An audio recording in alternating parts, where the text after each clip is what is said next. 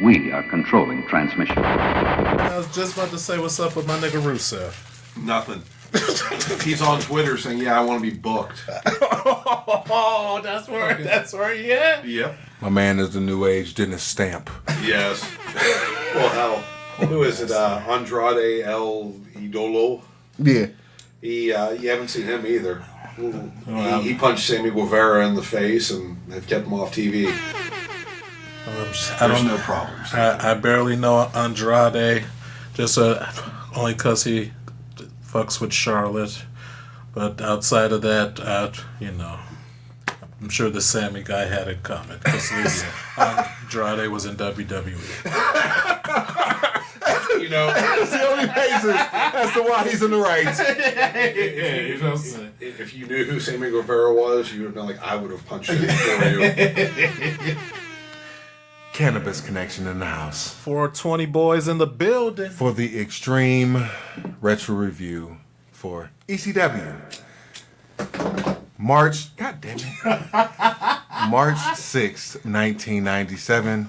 For those who have the coveted, illustrious, and highly sought after tape trader version of this show, you will know that 53 minutes and 26 seconds were disclosed to you, the pure chosen few, who get to watch Extreme Retro Review number 256, unedited in its greatest glory. For those who watch the show via the WWE network, which is now leased on Peacock. Come on, somebody. My partner in crime to the right of me will tell you his thoughts and views of the show, as well as the time from the streaming service that leases the streaming service that you subscribe to. Yeah. And also the service that had Elimination Chamber last night that you enjoyed. For free!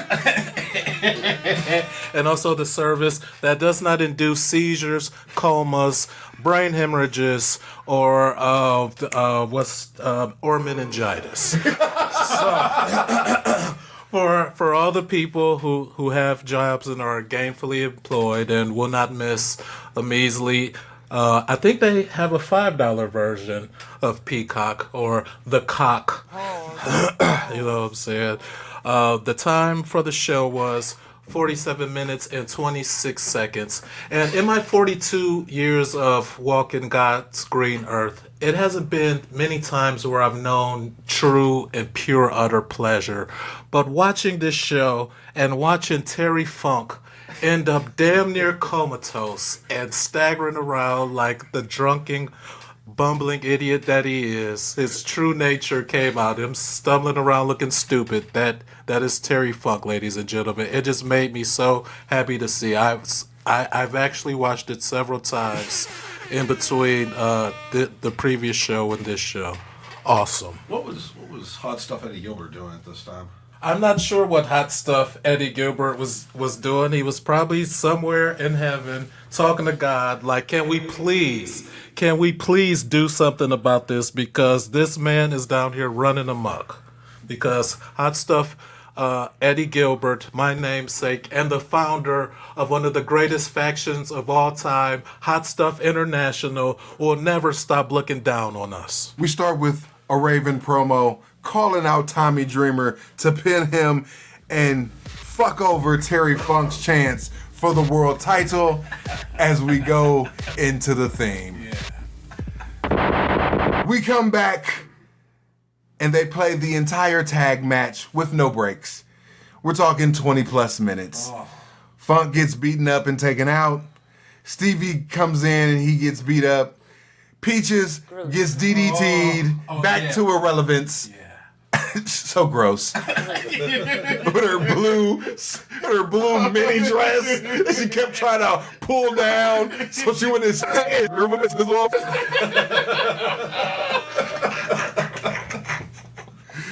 Tyler's brainwashing is over.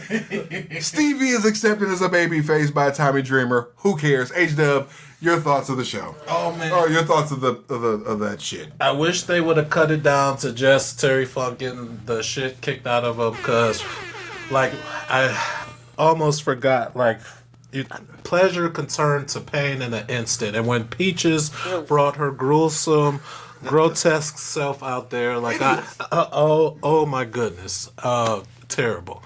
That was the worst part. The best part was Terry Funk, obviously. Did they show Tyler becoming free of Raven's brainwashing? All he did was, once, Sandman, came to everybody, got everybody out and shit. He took his t-shirt, he took the BWO t-shirt off, and then walked him around with no shirt, or took off his shirt. Yeah. Like Terry Funk said, take off your shirt. Sandman took his son's shirt off, carried him in his bosom back up to the Eagles' nest and shit. Boom.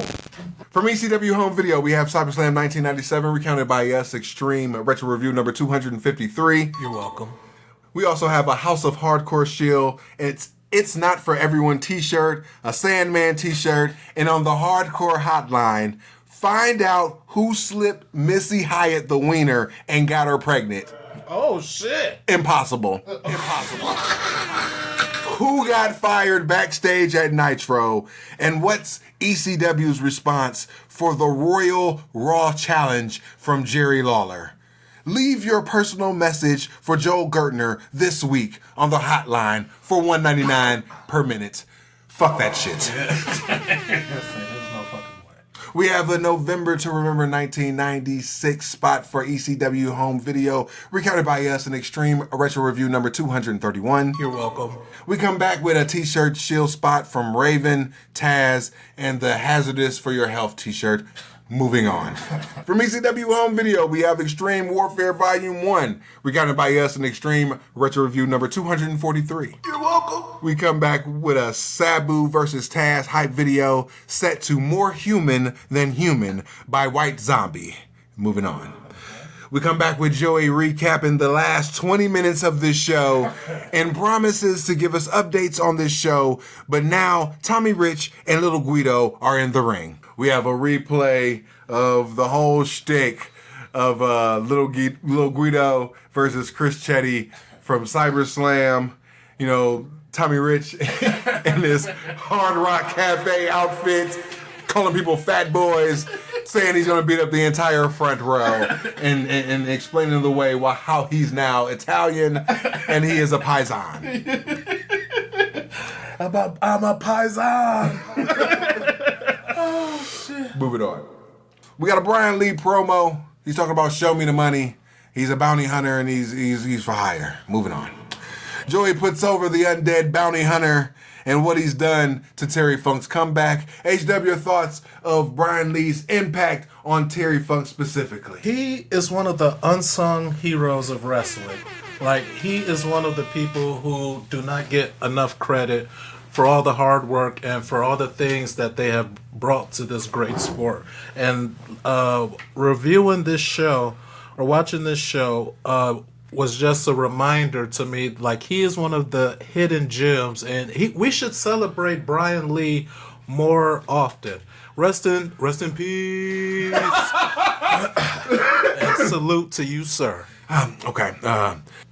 Back from commercial, he's not dead.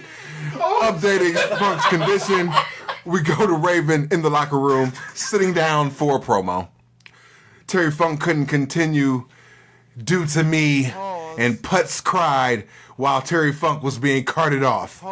Then Terry Funk walks in and demands that Raven stands up. He keeps telling him to stand up. Take off your shirt. And if Raven stands up, he'll leave Funk in no condition to watch Raven defend the title against someone else at the pay-per-view and watch your comeback fizzle out. Terry Funk gets pissed and goes into a diatribe. He kneels and cuts a terrible promo talking about each other's dads. What? He calls Raven's dad an idiot. The nerve. He dares Raven to speak and promises he dares to He dares Raven to speak and promises to beat him for the belt. It was completely awful. HW, your thoughts? I was about to dare you to speak. God damn. Oh man, Terry tried. He tried to come out there and regain a little dignity, but Raven, he's the world heavyweight champion. He already had the hitman, his bounty hunter, Brian Lee, take care of business on his dumbass earlier. So I don't know why he came out there blowing his hot ass breath on the champ to begin. We come back to a Raven t-shirt spot. Moving on from ECW home video, we have Crossing the Line again, recounted by us, Extreme Retro Review number 249. You're welcome. Joey announces that Funk's comeback is appearing to be over. Joey then tells you about next week with Terry Funk and ends with CyberSlam 1997 highlights of the Spike and Axel and Gangsters versus the Dudleys to end the show. Overall, I don't know which one was more clippy, last week's show or this one. Clip show, skip show. If you've seen CyberSlam 97. Or if you love watching Terry Funk get beat comatose, I recommend watching it again. Next week, coming back with more CyberSlam shit. And it's the go home show for Hostile City Showdown 1997. March 13th, 1997. We out. Peace. Peace. We are controlling transmission. We are controlling transmission. Motherfucker been in my house and shit. We've been going around for motherfucking 4 years of watching the worst ECW from Eastern to Extreme, and we heading towards the motherfucking pay-per-view. And every time, you know what I'm saying, I do the running bit where the motherfucker Mad Jack Slater never watches the show and shit. You know what I'm saying? And this motherfucker just came through, from Michigan, you know what I'm saying, slaying some Wolverine pussy. We got to review these motherfucking shows, so we watched them actually on WWE Network. Come on, somebody. Your brains probably thanked you. And the entire motherfucking show for March 6th, he says not one word. Just wasn't AEW. Dub for life. Cannabis Connection in the house. 420 boys in the motherfucking building. For the Extreme Retro Review for ECW, March 13th, 1997. For those who have the coveted, illustrious, and highly coveted tape trader version of this show, you will know that 55 minutes and 41 seconds were gifted to you most graciously through those second era internet trolls, you know what I'm saying, who did the dirty work, you know what I'm saying, to encapsulate ECW in its purest form from Sports Channel, Philly, or the MSG Network, or whatever public access channel that you were scouring from. To the right of me, my guy watches this show on the Peacock, because WWE Network is there, whoring themselves out to NBC Universal for tons of money, which my co-conspirator and fellow podcast journalist watches. And he's now going to give his thoughts and views, as well as the time from this show, which is on the streaming service that leases the streaming service that you subscribe to. Let's see. Like Double Geeked Up. Double Geeked Up on a Sunday afternoon. Yeah. Oh shoot! This is why we're the 420 boys in the building. So the two different ways to watch this are like a tale of two CEOs. You have one CEO who runs a wrestling promotion from a bingo hall, and does all sort of deals, and then eventually is unable to pay half their wrestlers and can't even really get on pay-per-view for real. And so y'all have to have one dude make a bunch of tapes, and then y'all redub this tape on down 1,000 times. And then you have another CEO. Now, he's a little dirty too, you know what I'm saying? Like, he, you know, has,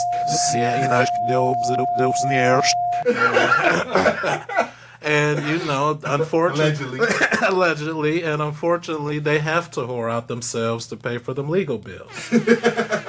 But in the meantime, while we're paying for Vince's indiscretions, we are able to enjoy this shit from the comfort of our couches without our eyes having to look away like it's a solar eclipse and stuff, because bad things will happen if you watch the Tape Trader show directly.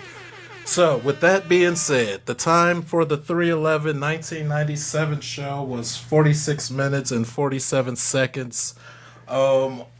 Overall, this show was seemed like kind of a mismatch of shit. I didn't really know what to think of it, so I wanted to ask you, is this like a compilation of shit that happened in Scranton? Basically, it's like highlights of Scranton. You know what I'm saying? This is ECW takes Dunder Mifflin. We open with Joey in the ring in front of a furious crowd. He brings out the BWO. And I must say, this is not crowd sweetening. This is pure, legit autism. Spectrum. One look at Hollywood Nova and the Blue Meanie. Get the fuck out of here. I cannot take these geeks serious. Stevie actually looks like halfway decent, like a star. You know what I'm saying? Daisy Dukes is, it's like, that's his thing. All right, I get it, whatever. But you look at Meanie, you look at Nova, you just go, flea market. Bingo hall, Kinsman Party Center. Yeah. Crowd chants for the BWO and the plant rushes the ring to tongue Stevie down. Gross. Cops pull her out, but they want her to get back in the ring. Stevie rips off her shirt to a BWO chant, and he tongues her down. Gross. And it looked like chastity. Gross.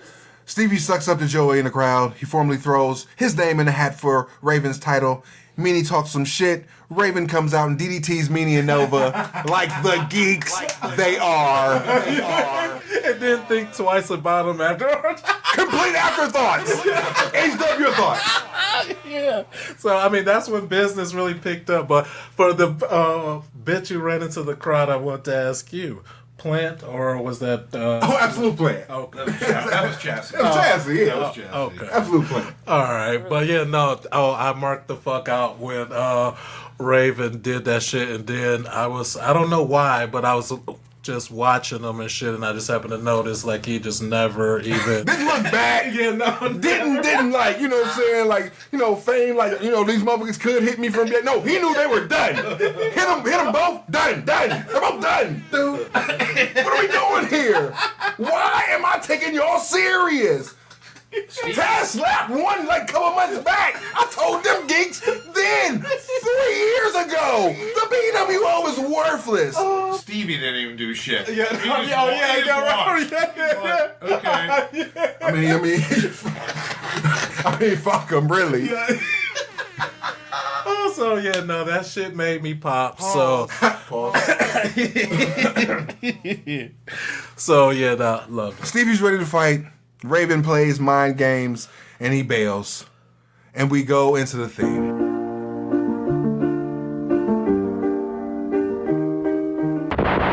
It's actually the debut of the barbed wire logo for ECW, as the graphic and shit on the front. You know what I'm saying? It's not the static join the revolution theme anymore. You know what I'm saying? Now it's just this barbed wire logo and shit. Boom. That's what I get for being on my phone. Joey's at the nest, hyping the pay-per-view, but tonight we're in Scranton. Shout out to Dwight, Jim, Pam, Michael Scott. Here's some highlights. Taz destroys Spike Dudley, taps him out. Guido takes notes as the rookie takes on Tommy Rich. Rich wins with Guido interference. Moving on. RVD and Saturn fight in a tag team ladder rematch with Sabu and Cronus as their partners. All 4 guys collapse the ladder and they improvise again. Hack and Putz come through with Beulah against the Dudleys. Tommy Dreamer does Sandman's beer stick. Thank you. He is the fucking simp of the millennium. Oh my! This nigga had on last when he was fighting with Tommy and when he was fighting with the Pit Bulls. He had on their T-shirt. Like, what are we doing with him? Like, how is he the lead babyface? He always plays Robin to whoever he's tagging with. Nobody wears the Innovator of Violence T-shirt. Nobody's stretching their arms out with him but his little bitch. Sandman has been losing street cred. Like, his street cred was like a Street Fighter 2 health bar and shit. His shit from saving Beulah last week. I'm not Beulah, I'm sorry. Peaches. Gross. From saving ghoulish ass Peaches to yucking it up and buddying it up with Tommy Dreamer and shit. His cred is dropping precipitously. We had Lance Storm and his rat tail versus Axel Rotten. Spin a heel kick off the top rope for the win. Dudley's run in, beat up Lance. 3 versus 1 heels until the gangsters make the save. Of course, they get beat up. 3 versus 2. LOL. Word processor to the balls. A bloodied Axel proclaims that the Dudley boys are the best in the world, which brings out the Eliminators to protest. Mexican standoff until Lance drop kicks the Dudleys into the tag champs. 3 versus 4. Face clear the ring, and Sign Guy Dudley gets the total elimination. All this is at 22 minutes and 43 seconds of the Tape Trader version. So much going on. So I've always had this question, and I just never really took the time to do a Google search or anything, but I figured I'd ask you.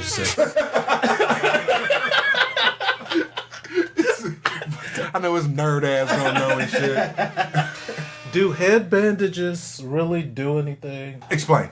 Because New Jack came out in a head bandage, but his head wrapped up in gauze or whatever. Okay. And I was just wondering, like, other than, like, stop you from bleeding out through your head on your way to the hospital, does, like, wrapping your head in gauze a few times, does that really serve a real life purpose? I mean, yeah. Yeah. You put that like a bandage. You wrap the gauze around it, and it holds the bandage in place. Yeah. Okay. It softens up the chair shots. Because for some reason, anytime I see someone in a head bandage, I was like,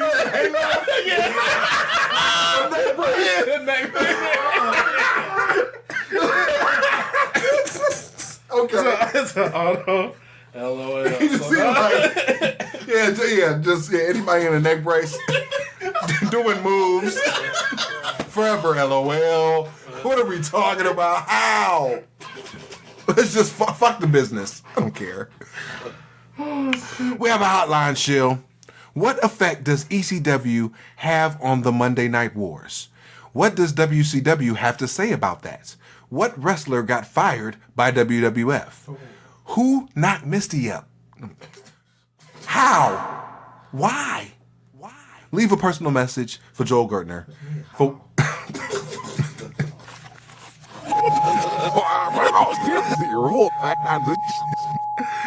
$1.99 a minute. Fuck that shit.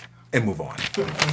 Heyo. We have March 14th bumpers, a full card set to Wail by the John Spencer Blues Explosion. Moving on. Extreme Warfare Volume 2 for ECW Home Video, recounted by us in Extreme Retro Review number 243. You're welcome. We have dates for March 28th, April 4th, and it's set to Feel Me Flow by Naughty by Nature. Moving on. Back with Joey hyping the pay-per-view and Hostile Shitty Showdown 1997. LOL. We have Shane versus the Pitbull #1 in an I Quit match. And we end with a quick hype piece by Paul Lee. HW, your thoughts of Shane and Gary. I quit. I don't know. I don't know why Shane is wasting his time with these jabronis. Like, why? Is he repaying a favor, or is he getting paid like that much? I don't know why. He getting part of that 1997 Pitbull T-shirt money. As he should. As he fucking should. I mean, I don't know why. That's the only thing I'm asking myself at this point. Because we call them Gary and Anthony. They call them Gary and Anthony. You know what I'm saying? Like, what are we doing with the formerly known as Pitbulls here? We come back with the Barely Legal T-shirt with Sabu and Taz. It's all right. Joey hits the line that it's so extreme, it's barely legal, and I instantly get irritated because I know I'm going to be hearing that line for the next 2 months. Moving on. Back with Joey Anthony hyping ECW's new Joyzy debut, and some Sabu and Taz things happened. Taz is burying jobbers under the Team Taz flag until Sabu meets the flag. There's a fan cam shot of Taz who is inaudible, so Joey does the voiceover. Sabu out of nowhere runs into the ring and planchas onto the buried jobber. Why? Why? And Joey says, he stole Taz's kill. He stole and they're doing a pull apart because Sabu jumped on the jobber that Taz was going to dump on. Why didn't they just fight each other? I don't know why you're asking me. Then they had a pull apart. What for? None of them niggas want to fight. Like, it's the most contrived, hold me back situation. The nigga slid into the ring. It was like Taz was like half turned away. Sabu slides into the ring, looks at Taz, then jumps the opposite way out the ring to the jobber through the table. Oh, my enemy beat up the guy I was going to beat up. Oh, We have a Sabu and Taz hype package set to more human than human, superhuman. Fuck this shit. Move on. We got dates for March 14th, March 15th, which is Hostile Shitty Showdown 1997. You can meet Putz and Beulah at the local comic book shop. March 15th is Hostile City Showdown 1997, and it's narrated by Paulie Dangerously. Moving on. We come back to Joe Gertner with a old school $100 bill on his forehead, and he's walking through the hood because the team that he's about to introduce destroyed the gangsters. Bubba Ray, Devon, the Dudley Brothers. L-O-L. Bubba Ray doesn't stutter anymore, but he ain't Bubba yet. And Devon does his testify shtick. And then we go into the return of Promorama. The Eliminators cut a promo putting over ECW Arena.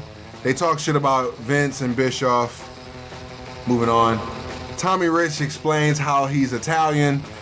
His family was in the mafia, and then they moved to Nashville, and that's how he's a paisan. Franny and Gary get spliced going back and forth, hyping up the Shane and Gary I Quit match at Hostile City Showdown. Franny's in the camera talking about I quit and kissing, and Gary's talking about you broke my neck. RVD cuts a promo on Taz. The Bulldozer cuts a promo on Terry Funk. There's a remix of the Terry Funk and Raven promo where he's sitting down. Tommy Dreamer cuts a sappy ass promo on Terry Funk and promises to end Raven's career. Quote the Putz, forevermore. We have a 1997 Hostile City Showdown, a hype video narrated by Paul Lee. Moving on. We have a barely legal t-shirt spot. Take a shot.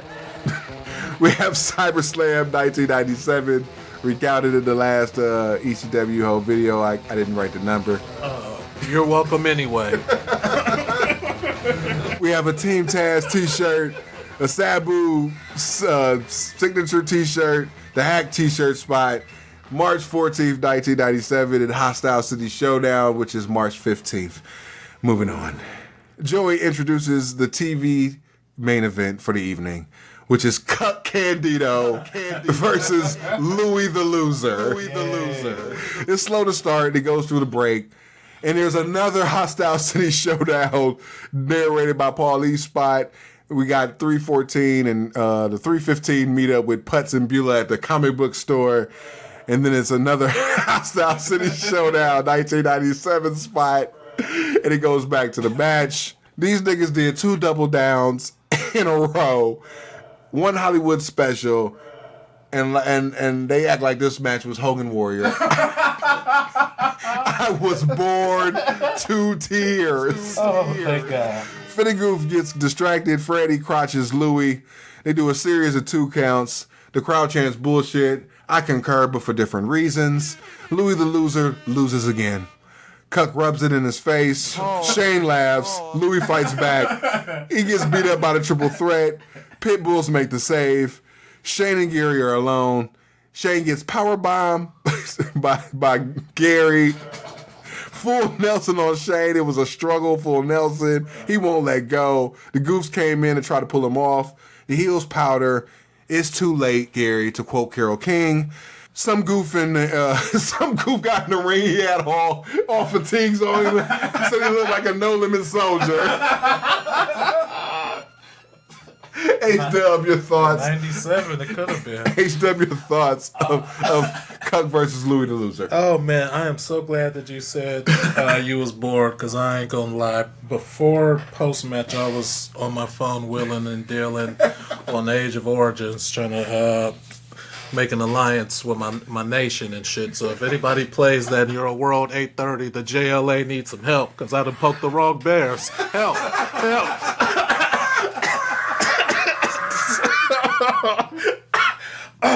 The post-match, that's when I really got help. I really got started paying attention to shit.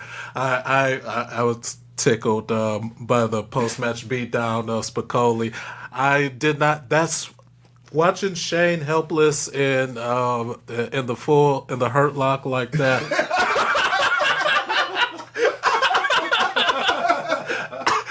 Watching him in Hurt Lock like that kind of broke my heart, and which made me think like that. What did Shane, like, who's he doing this favor for? How did he end up here or whatever? So those are my thoughts. Overall, all that hype, and we didn't see the fuck wide, because we won't be seeing Hostile City Showdown 1997. Oh, of course. It's probably for the best. Thank God. You'd probably hear today because we didn't see Hostile City Showdown. Probably saved your life. I'm looking to see if this nigga head explodes. March 12th, 2020. 5:32 a.m. Next week. The clipped up version of Hostile City Showdown 1997 will be reviewed by us in Extreme Retro Review number 208, which is the March 20th, 1997 show. But until then, always know, life is a work, so make sure you get paid for it. For my man who beat up that Wolverine pussy, Mad Jack Slater, he actually watched the show. Bravo and well done, sir. We out, peace. Peace. We are controlling transmission. We are controlling transmission. Yeah, there we go. That sounds a little bit better. That's tracking like it normally should be. Très bien. My man's picking up some of that middle school French and shit that he had back in the day. Cannabis connection in the house. 420 boys in the building. Oui. For the Extreme Retro Review for ECW, March 20th, I think. Yeah, March 20th, 1997. Let me get back. I think I might have to start this all over again because your boy's been all fucked up. I had it. No. What happened was, and I'm trying to fix the shit as I'm doing it or whatever. It looked right. I mean, it seemed right, I guess. No headphones. I know my man's been holding the goddamn. Yeah, my bad. My man's been holding the goddamn blunt for like forever and shit. Even though I got this show. 54 minutes and 40 seconds for the chosen few who have the coveted, illustrious, and highly sought after tape trader version of this show. My man to the right of me is the multiversal heartthrob, and he watches this show via the WWE Network, which is on Peacock. So, for the person who has the Premium Plus package, That's right. pause, That's what she said. $9.99 to be worked at his own convenience. For Extreme Retro Review number 258, he will give his thoughts and views, as well as the time from the streaming service that leases the streaming service that he subscribes to. Yes, indeed, the far superior streaming service, indeed. I was just thinking while you were talking about your elusive and illustrious, that's like Tape Trader show, that is. So that's like someone inviting you to Camp Crystal Lake, and they're hyping it up by how you're going to have such a great time and all the pussy you're going to get. But really, no one ever makes it back from Camp Crystal Lake, now do they? Only girls. Oh, yeah, and unfortunately, for all you neckbeards out there who watch the Tape Trader shows, you're fucked. For this show on the Peacock Network, they had it dated as March 18th, 1997, but nevertheless, it was 49 minutes and 5 seconds. It had some great moments that I really appreciated, some memorable moments, and some low moments as well. And I'm sure the food is about to dive a little deeper into that right now. So we start with a pull apart. Sabu and Cuck Candido.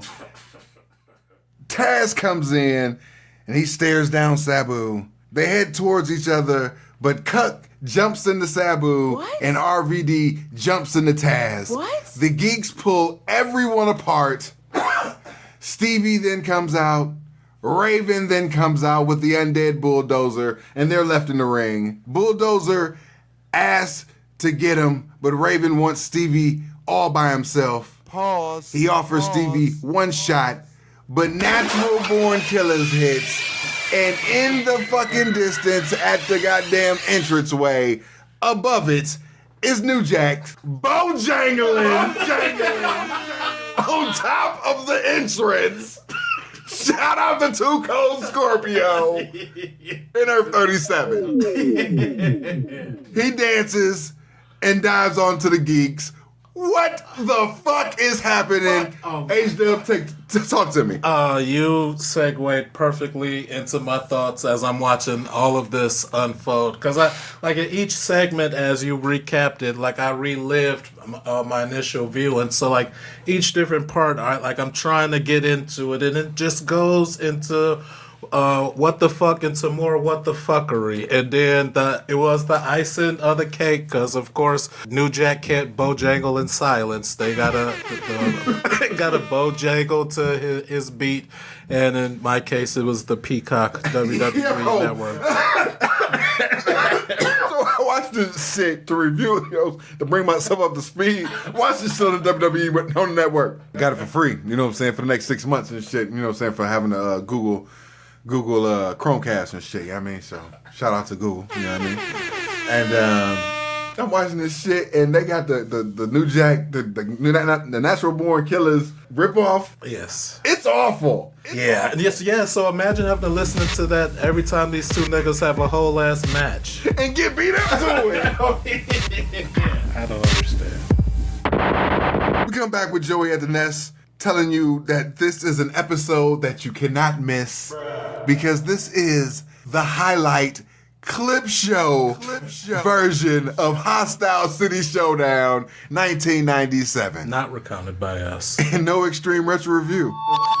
Moving on. We got RVD versus Taz with Fonzie in a weapons match. Taz brings in a chair, lays it down for RVD. They tussle for a second, but this was basically an extended squidash. Taz chokes out RVD in 9 minutes. The Holiday Hell 1996 match, recounted by us in Extreme Retro Review number 236. You're welcome. Was way fucking better. hilarious because offline we're talking about the shit. He says, I actually like this match. I said, the Hell in Hell match was way better. He says, I don't even remember that shit. Yeah.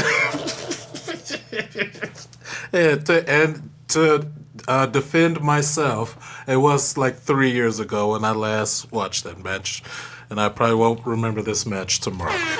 This was a waste of time. I've said for a year that Taz has been protected the entire time, sacrificed RVD twice for no reason. Sabu had to go 60-40 with Geeks, going 20 minutes in tag matches to put the Eliminators over. All 1996, right up to 1 month before the pay-per-view. Ridiculous. 1 star. HW, your thoughts on the match? I completely disagree with what the Fuge just said. Now, wow. You don't remember the last match? The last one. Oh, but we're talking about this match. And this match, I thought they told a great story. I like how RVD almost killed himself trying to do a crossbody on the Taz and shit. Like, they both got the upper hand when they was trying to do their style. Like, when Taz was getting his wrestle on and shit, he was dominating. When RVD was able to spin kick and shit, he got the upper hand for a little bit of shit. And then how could you not appreciate the finish where once Taz gets RVD hooked in, he tries his best to survive the Taz mission, but there is no escaping the Kataha Jame. He did the same thing in Holiday Hell 1996. Recounted by us, Extreme Retro Review, number 236. You're welcome. 3 years ago. So again, go back to that match. You'll see it and you'll go, this is a waste of time. I must note that I wrote this review June 17th, 2020. We got Joey at the Nest talking about the pay-per-view, and he throws it to a match joined in progress. What? The Undead Bulldozer Brian Lee versus the living legend Terry Funk. We got Lee beating on Funk with a trash can. 5 stars. Funk with his wacky selling is hilarious, with Joey putting him over like so. Clipped up to Funk, beating Lee with a chair outside. Ooh. He hits an Acai moonsault. Clipped again to Funk hitting himself with the trash can, then hitting Brian Lee with the trash can, then taking turns hitting himself and Brian Lee with the trash can. Ridiculous. What an idiot. Clipped again to Funk hitting a moonsault on Lee with the can. Lee's sale is hilarious. Lee goes for the primetime slam, but Funk counters it into a DDT for the win. Negative infinity. You. I could not agree more. Matter of fact, I gave it. When did I have a negative infinity? Let me see. When he started his comeback. But for the finish, I gave it a negative infinity. It was only 7 minutes. Why all the clippage? Funk says, "We did it!" While he stumbles around ringside like a damn idiot. Joy asks the audience, how can you hold back the tears? What a fucking geek! Who was getting teared up in that moment because he beat Brian Lee? Who the fuck cares? We have a barely legal puff piece. 3-way dance for a shot at the title. Sandman, Stevie Richards, and the idiot Tommy Dreamer, who passed it on to Terry Funk. Oh my God. We have a CyberSlam 1997 spot recounted by us, Extreme Retro Review number 253. You're welcome. We have a BWO t-shirt spot, a House of Hardcore t-shirt spot, the Taz t-shirt, an order crossing the line again, recounted by us in Extreme Retro Review number 249. You're welcome. To see if Rick Rude is under the mask. And on the hotline, a complete report of Hostile City Showdown 1997. All for $1.99 a minute. Fuck that shit. 2 international wrestlers are negotiating to compete in the States. Is the career of Mikey Whipwreck over? And what does ECW, Howard Stern, and Larry Flint all have in common? Besides a penchant for lesbians, the answers might be that they're all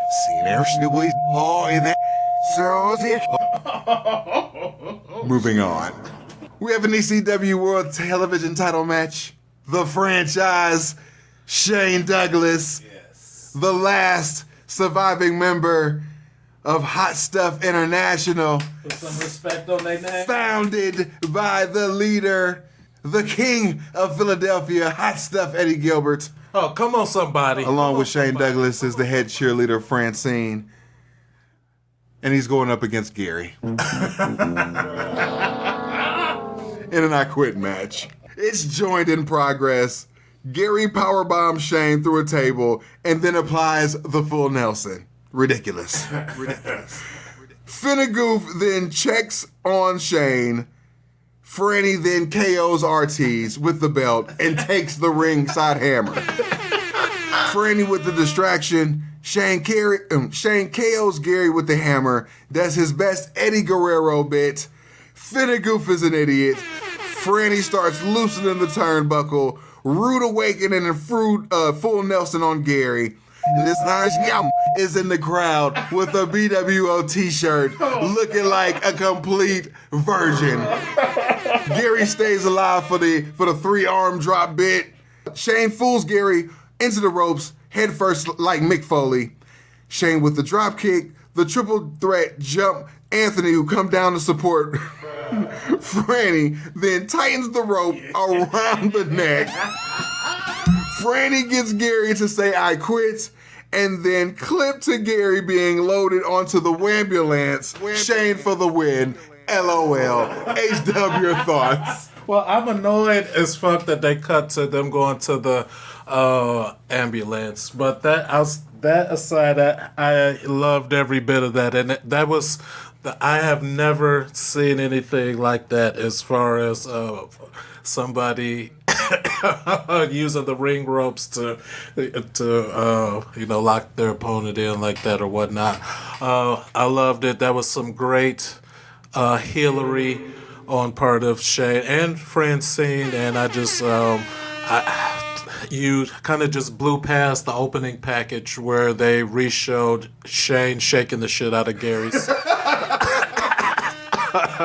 RoboCop 2 armor that he had on. The Pit Bulls have been separated from their Beastmaster, neutered, and now euthanized. Moving on. Joey's in the back with the WCW Phantom, who says that Easter's going to be bad in the Wolf household, but it's going to go on as planned for the rest of the United States. What? He then makes veiled threats and lewd comments towards Shane and Francine, respectively. Joey tries to wrap it up, but Shane and Francine walk into the shot and ask, where did Rick Rude go?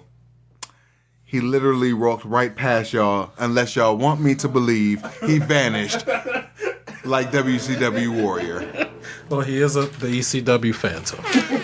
Shane talks shit about Rick Rude while holding up a VHS tape. You should know what he does to people with bad necks, leaving them with screws and leaving them in contraptions. The reason why you don't want to take that mask off is because you got a bad neck. You talk mad shit like it's 1993, and the franchise in 1997 could take out the Rude of 93, and he walks off. Franny then asks about the editable panties. HW, your thoughts of the promo, or the whole segment? Oh, the whole segment was freaking hilarious, and Shane, he was not having none of that shit. Shane, he brings a real serious intensity. Legit! He's the only legit motherfucker in the promotion, and that's why, like, even Taz with the shoot fighter gimmick, I don't believe him because he's 5'3". You know what I'm saying? Like, Shane actually looks like a real wrestler, and he talks like a real wrestler, and he carries himself like a real wrestler. Everybody else is a fucking cartoon, drug addict, black activist, bojangling ass nigga. They're all ridiculous. They're all got coochie cutter shorts on, motherfucker swinging a cane around. Some geek, with comic book t-shirts talking about my dead dad, my dad this. Some old fucking fig ass, walking around talking about I want one more chance. Shane's the only real one there. Well, tell us how you really feel. We got a 3/28, April 4th, in the Barely Legal t-shirt spot with Taz and Sabu moving on. When we come back, we have Dudley's versus the Eliminators for the tag straps. We have another spot for March 28th and April 4th moving on. On April 12th, the night before the Barely Legal pay-per-view, we have a banquet for the living legend, Terry Funk. Oh, fuck my life. H-Dub, your thoughts of the night before the pay-per-view honoring the living legend, Terry Funk. The one saving grace that I have about this is that I know that this is professional wrestling. So I hope and pray to whatever deity is in control of the wrestling business that someone interrupts and destroys Terry Funk and just ruins his whole night and makes him look like the piece of shit that he is, which, by the way, Brian Lee threw him in the garbage can in their match, and I LOL'd, and I forgot to mention that. We have a spot for the Taz t-shirt, the Sabu t-shirt, the Raven t-shirt, the BWO t-shirt, the ECW Hazardous for Your Health t-shirt, the It's Not For Everyone t-shirt, the Sandman t-shirt, and a House of Hardcore shield. Moving on. We come back, ECW Tag Team titles, Dudley's versus the Eliminators, also joined in progress. Clip to start, clip shine, clip heat, clip couple of hope spots, good comeback, but fall to 3D clean, new tag team champions. Gertner comes in and, bobbing and weaving, talking that shit, talking about how the Dudleys won 75-68. H-Dub, your thoughts of the tag match? My thoughts of the tag match was it was all right. It was probably a little better than what I expected, but I didn't expect a lot, to be honest with you. It surprised the fuck out of me that the Dudleys went over clean and shit. So I wanted to ask you, was that like the turning point for the Dudleys, or were the Eliminators in some sort of... Did they have some heat backstage or something? This is more so like the rematch is going to be at the pay-per-view. All right, we'll stay tuned then. Gertner leads in the new tag chaps for a quick promo outside the ECW arena. Bubba's on the harmonica playing taps. Moving on. Back with Joey at the nest, throwing it to a match. Sandman versus Balls Mahoney. Also joined in progress. Hack with the cane, Balls with the chair, and he's leaking. It's clipped. Hack wins with a leg drop on the chair. Dud, HW, your thoughts of the match? I'm glad it was clipped because that shit was hard to watch, and that I could see how ECW got its reputation with shit like that. Cause, after the match, Sandman with the beer bash. Moving on. On April 12th, the night before Barely Legal, ECW at the Philadelphia Airport Hotel Banquet Hall will be honoring the living legend, Terry Funk. Join us April 12th, 1997, to honor Terry Funk. Security, you can take the night off. We have a spot for March 28th featuring a mixed tag match between Shane with Franny versus Putz and Beulah. Moving on. We have another Rick Rude promo calling Shane a cross-dresser because Franny's coming home with him. Yeah, it's kind of random. We have a hype package for Barely Legal featuring Sabu versus Taz. Moving on. Joey with a fuckwad impersonation, hyping that less than 1 month away, Taz is ready for Sabu. But is Sabu ready for Taz? H-Dub, I pose the question to you. Yeah. Is Sabu ready for Taz? Absolutely not. He will not be able to withstand the fury of that 5'3" mound of man.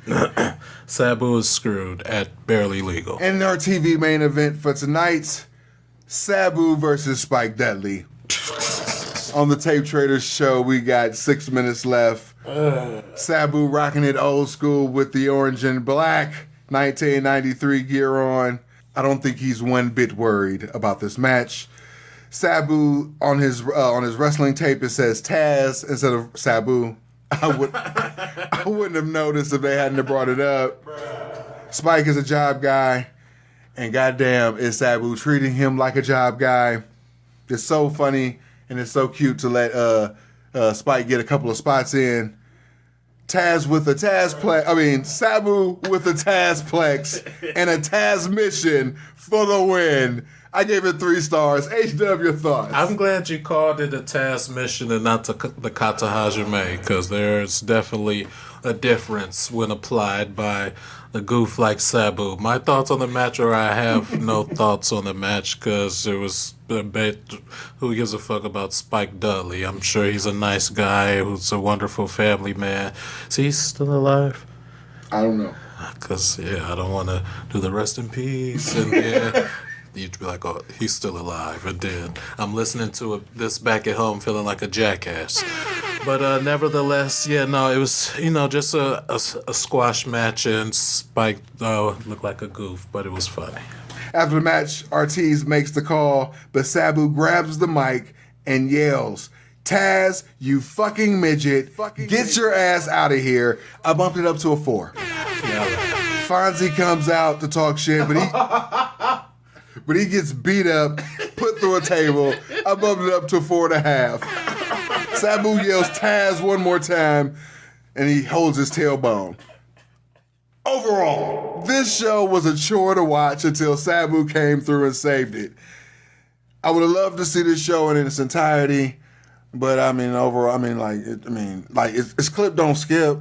That's the best. That's the best I can say. Clip don't skip. The matches are new. You know what I'm saying? But every last one was clipped, joined in progress.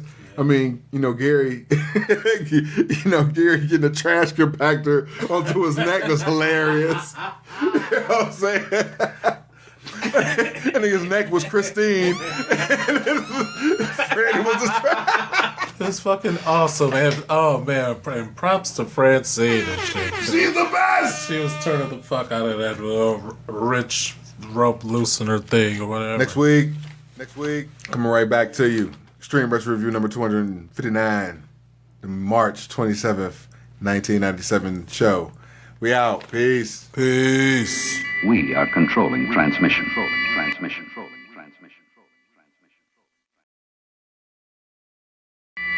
We are controlling transmission. Cannabis Connection in the house. 420 boys in the goddamn building. For the Extreme Retro Review for ECW. March 27th, 1997. For Extreme Retro Review number 259. If you have the coveted, illustrious, and highly elusive Tape Trader edition of this show, you will know that 55 minutes and 22 seconds were disclosed to you officially for your purview to witness ECW and its greatest view. Hashtag bars. My man's on the right of me watching this show via the WWE Network, which is on Peacock. Yeah. Let's go. Seeing it at crystal clear clarity.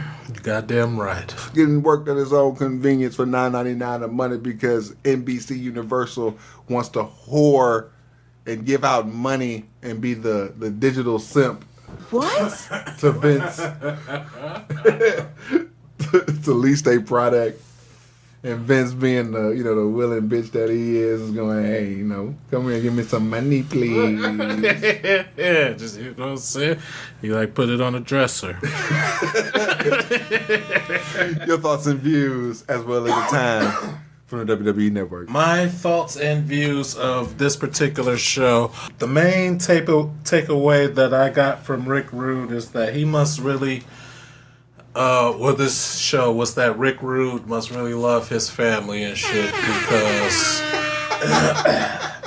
I understand needing the money, but he does what he does the smart way. You know what I'm saying? I see why he wears the mask now. That respect.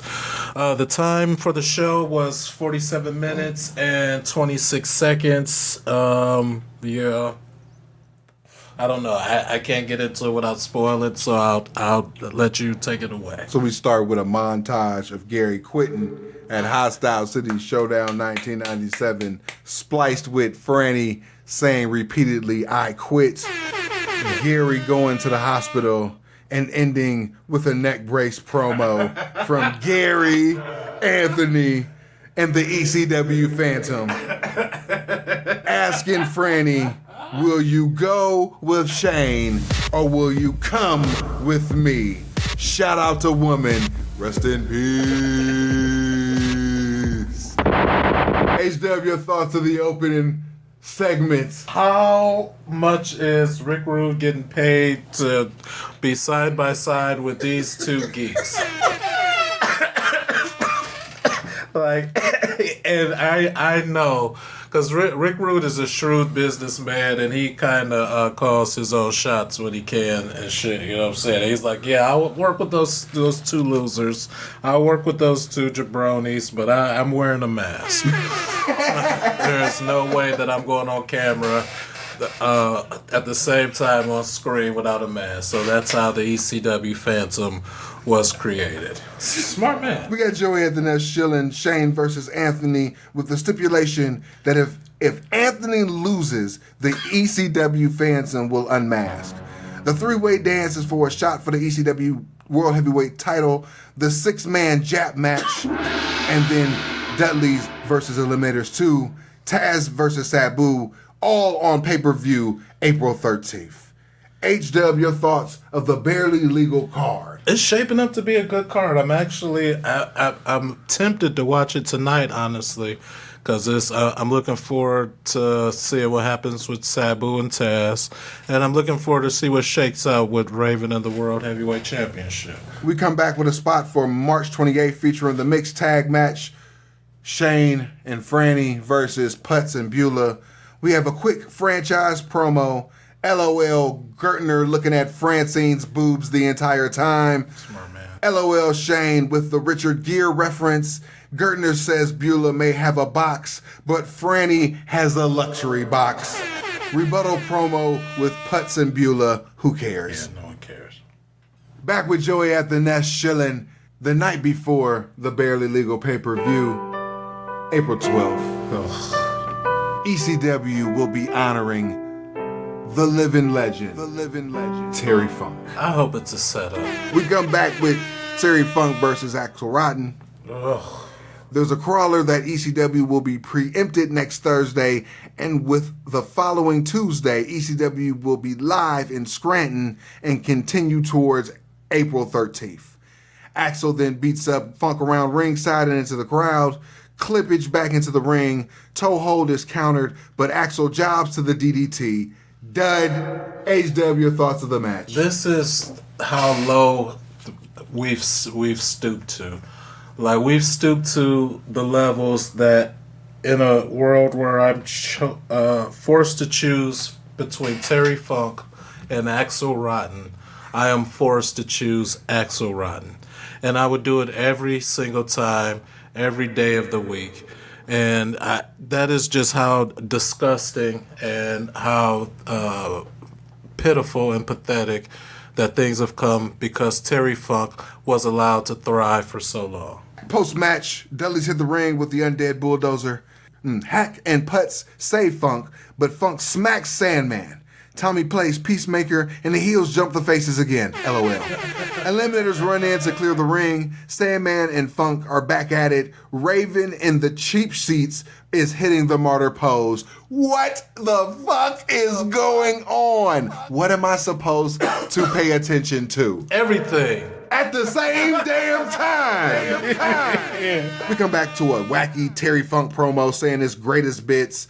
He speaks on Raven and wants his title. He wants to win he has to win the three-way first. But if he does, put your money on the Funker. HW, your thoughts of the promo? I hate it. when he did his promo, I just wrote, ugh. The night before Barely Legal, April 12th, 1997. Jesus Christ.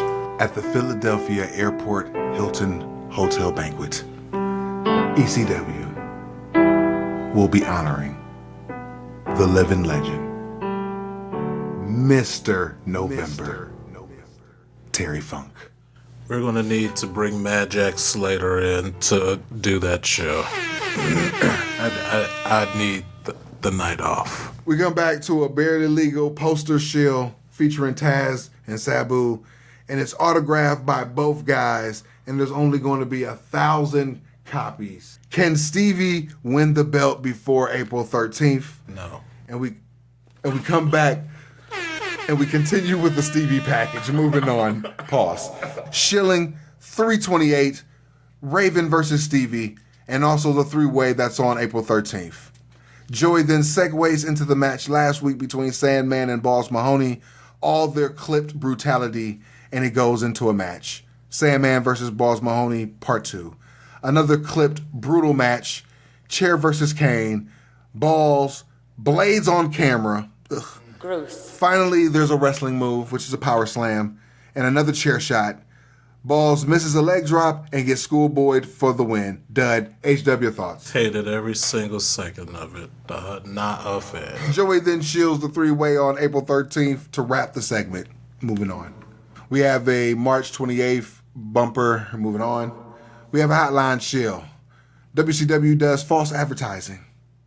Scott Hall will not be on WCW TV for the foreseeable future. Oh, shit. A doctor writes a very bad prescription. And a Dudley Boys interview, all for $1.99 per minute. Fuck that shit. Move on.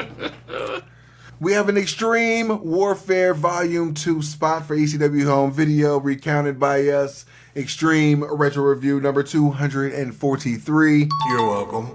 Last week on ECW Hardcore TV, Dudley Boys win the tag straps clean. And we follow that with an Eliminators promo. They remember their first times. What? Their first day at school. What? The first time they got asked to be with the in crowd. What? And the first time they lost to the Dudley Boys. On April 13th at Barely Legal, the laughing ends. And Cronus ain't even laughing. I like heel Eliminator promos better. HW, your thoughts of the promo? I would have to say that seemed like, and I'm no Saturn promo historian, but that felt like one of Saturn's better promos. So I thought Saturn did a good job on that. I'm just curious to see where this goes, especially with the Eliminators having been so dominant up to this point in ECW, and me having the after sight, or whatever the opposite of foresight is. I have the benefit of hindsight, there we go, of knowing what happens to the Dudley Boys. I'm interested to see if this is a changing of the guard or what exactly is going on. I mean, obviously, it should be apparent that it is the changing of the guard. I mean, we started ECW with, the Super Ds. Yeah. You know what I'm saying? The Super Ds. We went to the Suicide Blondes, the Le Moulet era, the Do-Rag era, and then obviously into the Public Enemy era. The Public Enemy give way to the Gangsters. The Gangsters give way to the Eliminators. And vice versa. They pretty much trade back and forth, you know what I'm saying? And then now, we're at the Dudleys. Here we are with the Dudleys. Yeah, so... With the sweet-ass 3D. Mm-hmm. We have a 6-man Jap match. Grand Hamada, Great Sasuke, and Grand Naniwa versus Taku Michinoku, Men's Teo, which is Terry Boy, and Dick Togo. Pause. There's even a fat Jap referee. Dick Togo. They do a bunch of flips and stuff, very little tags. Finally settles into the heat. There's some showboating from the unmasked Japs. The Jap referee, who is now called Finna Jap, is a goof. He sees none of the cheating. Lots of triple teaming, a bunch of finishers. Everyone gets to showcase their stuff very fast. Togo on Naniwa. Senton for the win. I gave it 3 stars. HW thoughts. All right, I'm just going to keep it a stack because I wrote this in my notes.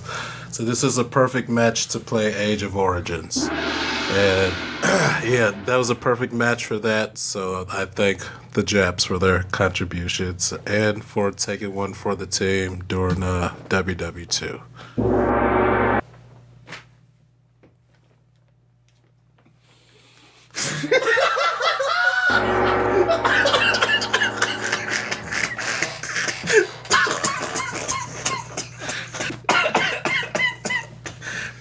That's my type of humor, man. We have a Barely Legal poster spot. Moving on. We have a spot for April 4th and another poster shield. Moving on. And we end the date Shilorama March 28th and April 4th. Moving on. Back with Joey at the Nest detailing recent FBI dealings. The newest member is Tracy Smothers, who turned on Chris Spaghetti, joining forces with Guido, Tommy Rich at a show I can't even remember. The hiatus was that long. Nice. He throws it to a tag match, FBI versus Spike and Chris Confetti. But besides that, on April 13th, it's Barely Legal. Moving on. Taz versus Sabu. Moving on again. Jobber tag match gets interrupted by Taz, who kills 3/4 of the Geeks and calls out Sabu. They roll around and the Geeks do the pull apart. HW thoughts. Why did the niggas who just got suplexed or Tazplexed by Taz then immediately want to give a fuck and try to keep him and Sabu from fighting? Like, this nigga just come out of blue and whoop my ass and dump me on my head and shit. I ain't about to protect him from getting in trouble and getting his ass whooped by another nigga and shit. I'm gonna take my ass to the back. Though that's the... I don't know. Maybe I shouldn't be looking too deep into shit like that and shit, but that is the... I concur. You know what I'm saying? It just defies all logic to me, but... We end with the Taz promo. Very homoerotic, to be honest. I don't know how many times he said, "I can taste you." Oh, jeez, Louise, yeah. Pause. He talks about being the underdog when they fought at Blood Feast. Recounted by us, Extreme Retro Review number 29 and 30. Woo, you're welcome, you're welcome. And now he's not the underdog. I can taste you. Pause. I couldn't process anything else. HW thoughts of the promo. Yeah, no, I knew that when you would be recounting this, that there would be a lot of pause involved, because it's very... Palsy. Yeah, and it's very uncomfortable to hear another man say and very intensely that he can taste another man, and then like try to take it seriously because he's not trying to be gay and shit. Like, he's trying to sound tough, but just over and over and over again. I can't even reenact it because it's very uncomfortable. But it's 97, so I guess, it was, I don't know, being gay was a little less acceptable, and so... But you're not supposed to be. This is one of the unintentionals, like, yo, that's a pause moment, man. Like, you're not trying to be gay, but you're saying, "I can taste you" over and over. This is clearly gay. But you don't want it to be gay. You want them so bad you can taste them. What? I said that to wifey. Is you crazy? Even in 97, yeah. I don't know if I ever meet Taz at, like, at a... in the Shire. Or like what's Oberlin Con or something, or fucking Shire Con. Yeah, Shire Con or Lilliput. See, I don't. Willy Wonka's Oompa Loompa convention. You know what I'm saying? Max attendance 84. So. If I ever see him there, I'll ask him if he could have that one back, if he could do a do-over.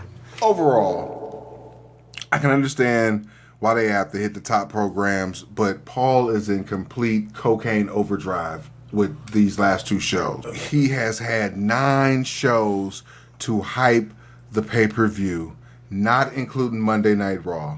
not including Crossing the Line, not including CyberSlam.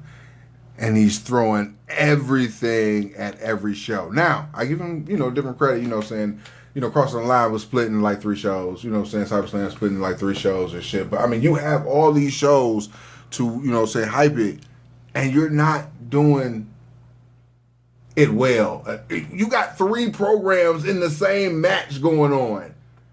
You're telling me that you're not doing this right. Or he trying to, maybe he figured if he do as much as possible, he could get in more people or get them to stick. I'm not saying it's a mess, but I don't know. Some of it definitely defies logic. There's booking logic. There's no way around it. Next week, getting close to motherfucking Barely Legal. We got the April 3rd, 1997 show. But until then, always know life is a work, so make sure you get paid for it. We out. Peace. Peace. We are controlling transmission.